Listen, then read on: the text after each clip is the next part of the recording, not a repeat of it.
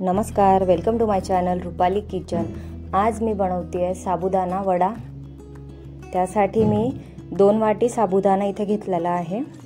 तो मी 2 पाण्याने स्वच्छ धुवून घेणार आहे आणि त्याला भिजत ठेवणार आहे 4 ते 5 तासासाठी। नॉर्मल पाणीच मी या ठिकाणी घेतलं होतं। 4 बटाटे मी उकळायला ठेवले होते। बटाटे आता इथे उकळून तयार आहेत। साबुदाणा सुद्धा भिजून तयार आहे।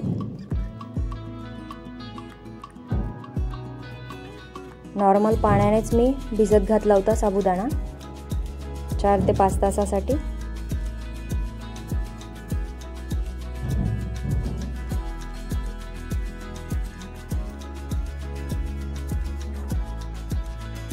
अशा पद्धतीने मी मोकळा करून घेते साबुदाणा। आता यामध्ये उकळलेला बटाटा घालायचा आहे।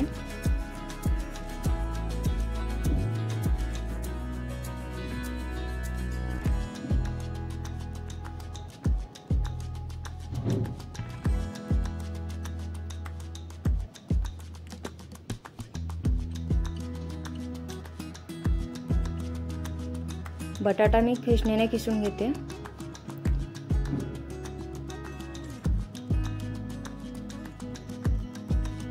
दोन बटाटे मी घेतले होते।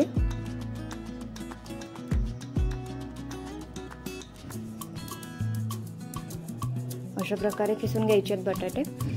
यामध्ये मी आता घालणार आहे जिरे पूड, धने पूड, चवीपुरता मीठ, लाल मिरची पावडर, अख्खा जिरा, बारीक कढीपत्ता आणि कोथिंबीर। या ठिकाणी मी छोट्या पानांचा कढीपत्ता घेतला होता।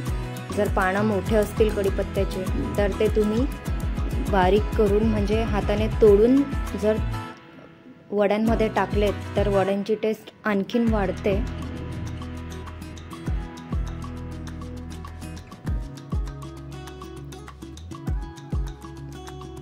बटाटा आधी मी मिक्स करून घेतला होता।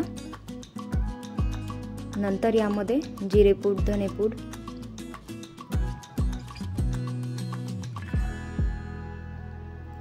मीठ चवीपुरता, लाल मिरची पावडर,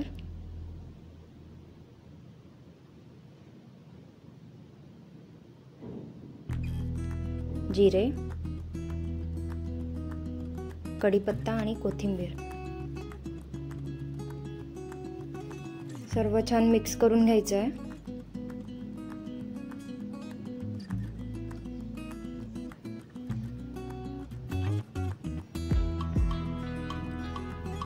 जर उपवासाला तुम्ही करत असाल तर त्यामध्ये धनेपूड आणि कोथिंबीर नका घालू।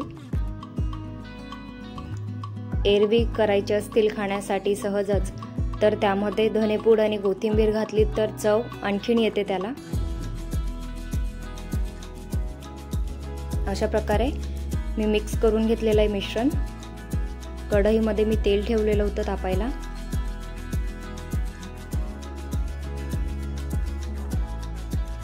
हाताला मी तेल लावून घेतलं होतं।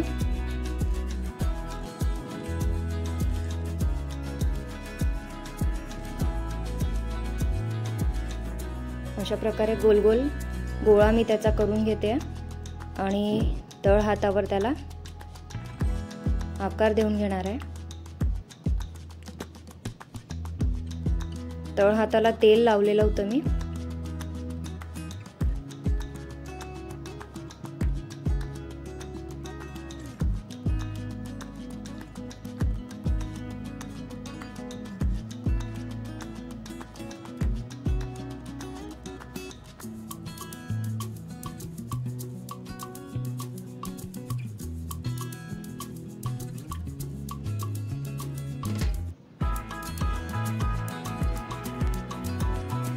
साबुदाणा भिजत घालताना फार जास्त प्रमाणात पाणी घालू नका।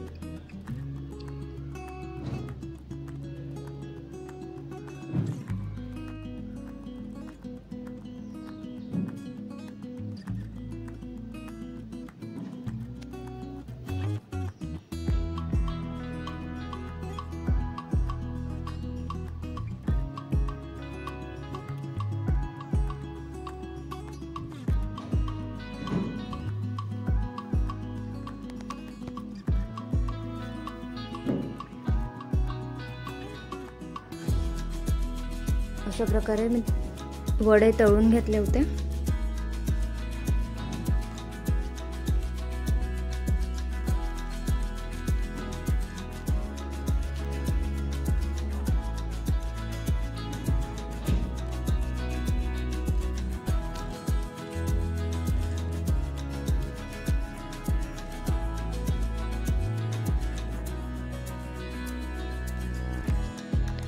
वडे तळून रेडी आहे। तुम्ही दही सोबत सुद्धा सर्व करू शकतात। रेसिपी आवडली असेल तर चॅनलला सबस्क्राइब करा, लाईक करा आणि शेअर करा।